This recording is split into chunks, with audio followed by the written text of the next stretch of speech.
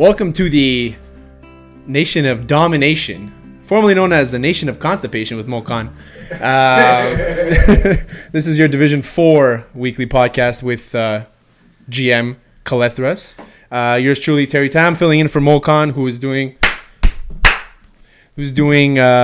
some work stuff and trying to pursue a dream of being useful. So I'm happy to be with you. I'm very happy to be with you. We haven't done a show in a long time. We haven't done a show in a long time. I'm looking forward. We're definitely going to go off the rails a couple times here. I don't think there are rails, if that makes any sense. So this is Division 4. A lot to talk about this week. It was a great week of action. Division 4 is one of the, I'd say probably the more interesting divisions this season because it's very... trying to lie my way through this right now. It's not really working out. Essentially, in Division 4, there's a divide. I would say there's a partition of three. You have the struggling teams who are new to the division.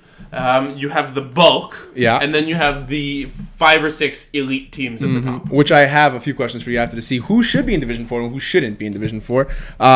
Started off with games of the week. We're going to go with Marco in the middle. Actually, just to mention, just before we do, for those of you tuning in, hoping that this is the Div 5 podcast, we are running late, so we are a full show behind. So just because you're seeing Terry Tam right now doesn't mean we're doing the Div 5 podcast. Div 5 is coming up next whenever this finishes. Exactly. Div 5 is going to be with me and PZ Delarizi. We're in the beautiful Uncle Hood Studios at theunclemikeshow.com. You at GM Cole 44 on Twitter, and me at Terry Tam FPF on Twitter. So we'll jump into the games of the week. We got Marco in the middle versus Late Duck Dynasty. Marco in the middle, winning 28-18. Gordon Hogan playing quarterback. Making plays. He's got a lot of pockets. I think not only that, there's no one more befitting to wear that Johnny Manziel jersey. It's so true. It's crazy, man. I love it. Matt Bashar originally wanted to wear it, but Gordy's like, listen, they show. Rotate as well. Sometimes Hogan wears the Fitzgerald jersey. Yeah, and the Adrian Peterson jersey. Basically, we don't know what number they wear. So it's fun for scorekeepers. I think now Matt Bashara isn't wearing the Richard Sherman jersey anymore ever since they burnt it before the Super Bowl. Oh, they burnt it. So Marco in the middle winning 28-18. QB controversy, is Hogan going to be the quarterback the rest of the year? I think so. You think so? I think that's what happened. That was the plan going in. There was a game or two where Hogan was not present. Obviously, you have a top-tier quarterback in Matt Bashara ready to jump in. Mm-hmm. They've been doing really well. Le Duck Dynasty, for me, are a puzzle because they're such a good team that just can't even buy a win right now, despite the talent they have on this team. Yeah, I mean, it is troubling to me when you see guys like Joel Soucy on this team that they're not able to get wins, and it's a little unsettling. Do you think that Marco in the middle are making a push now? They're 2-1. No, my mistake. They're 2-1. Mm-hmm. Do you think they're going to make a push? I don't think that they really need to make a push. I think they have an easier schedule right now, especially right at the end. No, not at all, actually. No? Okay. They have Backyard Bullies. Yeah, they have Backyard Bullies, BMS Goats Brothers. I meant to say they have a top easy schedule, so they're already coasting right now. But there will come a time where they struggle. I think that they're going to do well against Bullies and BMS Goats, but from there, it's going to get increasingly more difficult with Brothers who have been on fire as of late. Eskimo Brothers who have been up and down, but there's that rivalry between them. Yeah, it's true. And then Drip and Rip, which will be a very difficult game. I see them winning maybe 2 games out of these. I'm looking at Backyard Bullies and Eskimo Brothers, the only 2 games that I think they could be able to win. It's tough. I mean, they're also guys that are experienced in the league. You have guys like Matt Bashara, Eric Bashara, Gordon Hogan. You have this new rusher. They have Andrew Knopp. Mike Knopp. Okay, sorry. I think it's his brother. He's amazing, man. He's unreal. He's just working. He's figuring it out slowly, but he's pretty good. On to the next game. Also, just before we move on, I mentioned that we're not the Div 5 podcast, but even those watching or tweeting in, so shout out to Andel Gordon, who was kind enough to... Andel from Top Season. Top season. Great team. Top season. I'm a fan. You're a fan? Yeah, I'm a fan. I was a fan. So actually, before we go on to the next game, Late Duck Dynasty, do you think they're a Div 5 team? I don't know. They have a QB who's a Team Canada tackle QB. Mm-hmm. He's very good. They've played in this league before. They know how it works. I just have no words for why they're struggling. I think they maybe need to rethink their playbook a little bit because they have the talent to be a Div 4 team. Honestly, if they move down to Div 5, I think they would pound a lot of teams. I don't know if it would be as interesting for them. I think they just need to develop and read the partition between tackle and flag. Well, they've only lost their first game. Their first game in this division, they lost one game. They lost by 1 point to TCO, who were the Division D champions last year. So I mean, it's nothing to laugh at. They had a tough schedule, losing to another BMS struggling Goats team, as well. by the way. Exactly. TCO, yes, another struggling team. But hopefully, honestly, I think that maybe they should have played in Division 5 this year. I don't know if they would fit the cap, just to work things out, or it could be just luck of the draw. Sometimes teams just don't play well. They have tough matchups. Next game, you got Sandlot Saints over punt returners, 36-34. Barn burner, Tim Kramer. Great game. Finally breaking out of his shell. Very, very excited to see this. It's one of my favorite things where you go into a game, you expect one thing, and you come out with a totally different result. Tim Kramer, interception-less, going 11 for 17 right now. Vincent Alessandrini, we've mentioned him a little bit before. Yeah, he had a great game. Someone we don't want to gloss over. Nope. 2 interceptions, 1 for 6. They really played well right now. Anthony Luca showing his experience on defense as well. Also, fantastic player. You see he and Jerry Kramer alternated snap. Yeah. I think Rafael Recian, I know I butchered that, but that's fine. I don't even know how to pronounce that. Seemed to get a little bit of tunnel vision. Focusing on Danny Ostigi, former Division II receiver of the year, which makes sense. But at the same time, you have a lot of players on this team who are very, very strong. Got to spread the ball around. Fred Brunet, guys who are very, very smart. But I think that Sandlot Saints adapted and really keyed in on that, and that's a big reason for their success as well. Also, going without interception for Tim Kramer was huge. It's huge. I mean, he's thrown 5 touchdowns. It's his best performance this year. Every game that he's played this year, he's either thrown 2 touchdowns, limited to about 2 interceptions, limited to about 2-3 touchdowns. In this league, you got to score 4 to win. It makes me so happy as well. Sandlot Saints are a great group of guys. They have a big fan base. They're always there. They're positive whether they win or lose. Yeah. It's honestly, we need more teams like this in the league. And I'm very happy to see teams like this succeed. It's their first win of the season, so hopefully they can bounce back. Will punt returners bounce back after this game? I think without a doubt. I mean, you look at the punt returners schedule coming up in the next few weeks. There's never really any given tough games, schedule, but they have Cream Team, Recipe for Disaster, Trap Stars, Punt Return, BMS Goats, and Coyotes. There are some teams here where they will match up well against, and I think there's other teams against here where they'll have to do more to rely on their experience. Team like Cream Team, who are very, very strong, very physical, rely on a lot of man coverage. They're gonna have to think outside the box. Yeah. But they have the tools necessary to win these games. That last game against Coyotes is gonna be tough. I think that's gonna make their season. Next game, Playground over Black Ice, 25-6. Is this a statement game for Playground after getting stomped by Ethnic last week? That was really a surprise for me. 51-6, I think. I've been glossing over Team Ethnic the past few weeks, and they've really come out to play 2 weeks in a row now.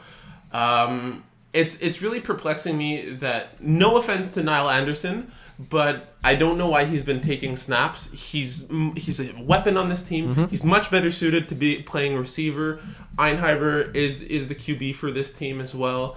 When we played Black Ice, when Chris played Black Ice, Einheiber was there, but they opted to play Niall Anderson at QB. I think it's a waste of his talent right now. Yeah, I think so too. And I really think that Playground preyed on this team, and they just had no answers for them. Niall Anderson going 0 for 5. That's 5 plays you're taking away. And this league where you don't get the ball that often. Including an interception. You don't get the ball that often. You need those 5 plays. Give it to your quarterback that you've gone with from the beginning of the game, and start your offense. Not saying it would have changed the game, but maybe it would have made a little bit of a difference. Playground, do they need to make a run? I don't think so. I think being in Conference B, which is a little bit more staggered than Conference A, they have an easier time right now. They play Whisperers, who have been a bit of a puzzle, but really, really struggling. Certified Fly Guys, who are 1-5. Lobster Dinner, who have been struggling as well. Shamrocks. They play Shamrocks, who are up and down, but mostly up, and Magloot, who have been strong as well. They have enough games here to sneak into the playoffs, if not have a commanding lead. And if you look at them vis-a-vis their conference right now, the other teams that they're paired up against, you look at the breakdown. Just bring it up. Thanks, Eags. Thank you, Eagle. Good job, Eags. But I agree. No joke. I mean, keep it going. The thing is with Playground is that they have good weapons. Continue. Go ahead. The 3 teams that I mentioned that are struggling: Lobster Dinner, Whisperers, and Certified Fly Guys, are all in their division. So that not only will those wins be impactful to them, it'll prevent the other teams from making a run for that first place right now, where Shamrocks and Playground are so tightly contested. Yeah, they're going Shamrock. They're going to play Shamrocks the second last game of the season. That could be the. I think that will be the definitive game sure. on who wins this division. If they win the division, you make the playoffs, right? That's all that matters. You can finish 3-7 and still make it as long as you finish first in your division. Been there, done that. In there. So we'll go on to the mid-year awards before we go to break. Mid-year awards this year. Normally, we do this in week 5. I decided we do this in week 6 because Mokan doesn't like to do it. I love this segment. Mm-hmm. So we talk about the players that have been performing this season. I know some of these guys... We've talked about it ad nauseum a little bit. I think a little players also got frustrated because we didn't look at the big picture and Mo just pulled out a bunch of names and then said, oh, we're just looking at a couple guys. Yeah. But when you're doing mid-season awards... you need to look at the top tier of players. Exactly. So you bring up the stats, first of all, for quarterback, you range it by touchdown, and then you work from there. Exactly. Receivers by touchdowns or by yardage as well. That's true.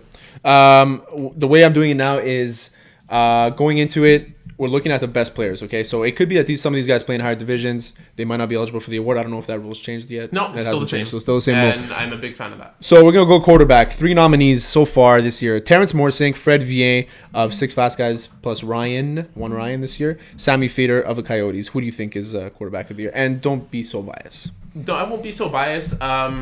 I think right now, I mentioned that for an all-star team, I also wanted to put different picks than Simon Dagenet. I picked Terrence Morsink for my all-star team based on what he's been doing.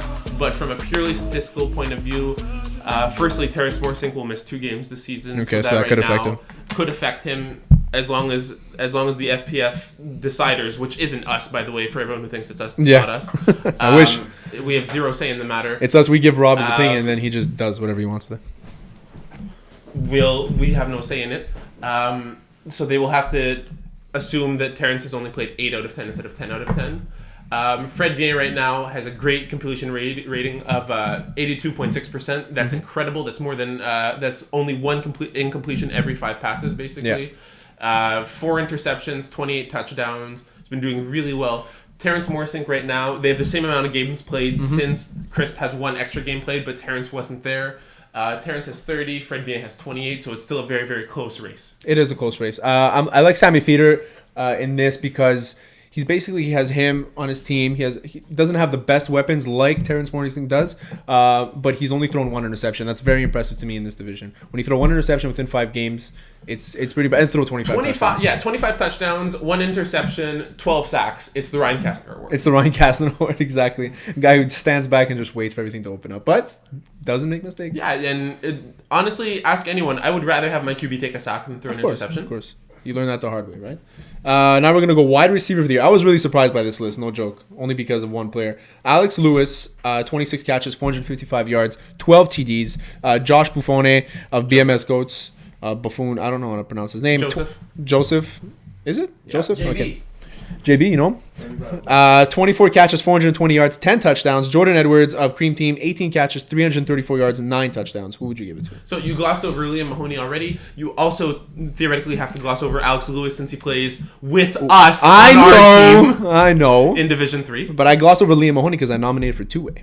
Okay. Like I said, I nominated players that wouldn't get the award just because we have to nominate the top guys in this division. We're not giving them an award anyway. I would just nominate the best players. Now this is where I call into question whether Liam Mahoney is eligible not for 2-way but for Defensive Player of the Year because he doesn't play defense in Div 1. Exactly. He only plays offense in Div 1. So maybe he should be eligible for the... It would be up there. It's not a conversation we should be having, but definitely where the higher ups. I think just based on statistics right now, it's going to be between Joe Buffone and Matt Monet or Matt Monat, however you. Well, Matt Monat I nominated for 2-way. I have him there. But we could. The point of 2-way is that they can also win if they lose out in 2-way. They can also win receiver or defensive player. I think what it's going to come down to, and it's I Matt think Mona, this really, I don't think so. Mona, he corrected us last year.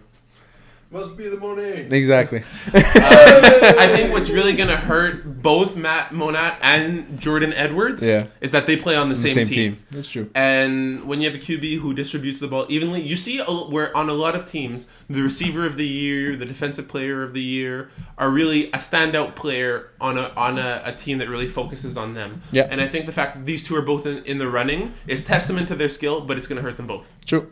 Now we got 2-way player of the year. I got Liam Mahoney. this is impressive. 36 catches, 625 yards, 17 touchdowns, 12 tackles, 6 interceptions, 1 pass deflection, 2 touchdowns.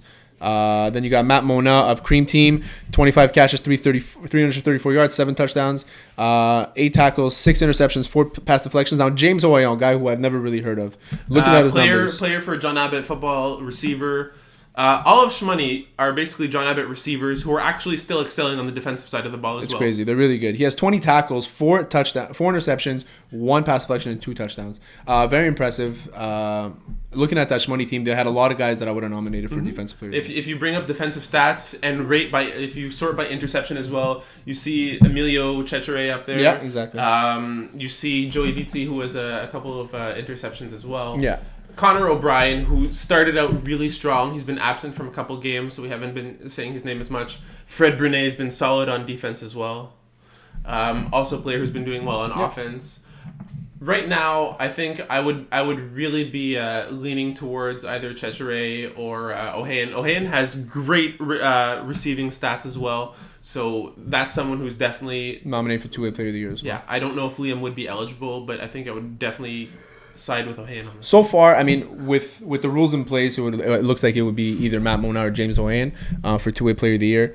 But we'll go to see. I mean, they're having a good season. Everybody's having a good year. Defensive player of the year, I had Mendy Cardichon, Dean Dimitri of the 69ers, Fred Brunet of punt returners. What do you think? Just before we continue, also on two-way player of the year, Matt Da Silva, a name we don't normally mention, plays for Grip and Rip. Yeah. Fantastic two-way player. I think he's someone who should be in that run as well. Has a sack, 3 PDs, 4 interceptions, has great stats, has great receiving stats as well. We move back to defensive player of the year. If you want to nominate Matt Da Silva, I'm down for that. The only thing is with Matt Da Silva, I didn't include him on that list. I did notice it. The reason why is because of the tackles. I do take tackles into consideration, of course, unless you're playing safety, but it could be different. I know a few of you guys don't like doing that, but when I see a guy with 20 tackles, it means he's doing something. Or he's being targeted on the field for leaving space in front of him. FYI, Terry Tam. So I like Dean Dimitriou for so far defensive player of the year. I do too, except he's not eligible because he's playing in D3. Because he plays in D3. Yeah. So it all comes down to, and no disrespect to the players who don't play in higher divisions, but it comes down to who's left afterwards. Mm-hmm. And I think that there's a lot of players who are neck and neck with some of the D3 players who are playing in D4, and just for that, they get in on that alone. Mendy Cardichon started off strong as well. We mentioned Connor O'Brien starting off strong, starting to stagnate. Same thing for Trap Stars. Mendy Cardichon had a great beginning of the season, now starting to plateau a little bit. Trap Stars as a team, they're starting to plateau because I guess people are figuring out that Mendy is their guy. Mendy is the focal point of that team. It's clear. From watching the games, you can tell it's clear. When we come back, we're going to go into predictions for next week, and we're going to banter a bit and maybe make fun of Mokan and Eagle. And hopefully we'll have some tweet-ins by then. Yeah, hopefully. Ryan? No. Calling the Audible has been brought to you by the English Montreal School Board's DEAL program. Distance education for all learners will allow you to obtain your high school diploma or prerequisites for CEGEP or vocational studies from the comfort of your own home. It's never too late to go back to school. Learn anywhere at your own pace and get your diploma. Call 514-788-5937 for information or visit www.distanted.ca for more details.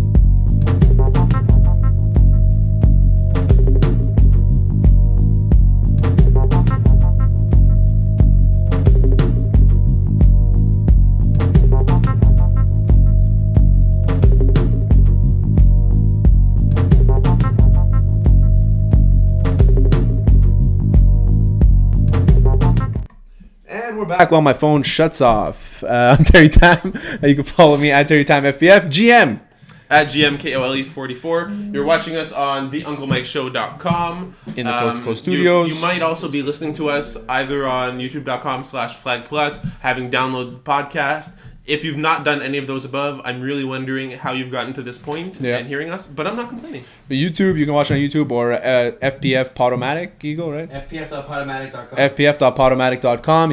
You can go catch the podcast there if you want to download them. Listen them to your car while you're on a road trip with your lovely significant other. Second half of the APA. Me and you. Forget this not Nation of Domination stuff. APA. Farouk and Bradshaw. Farouk and Bradshaw.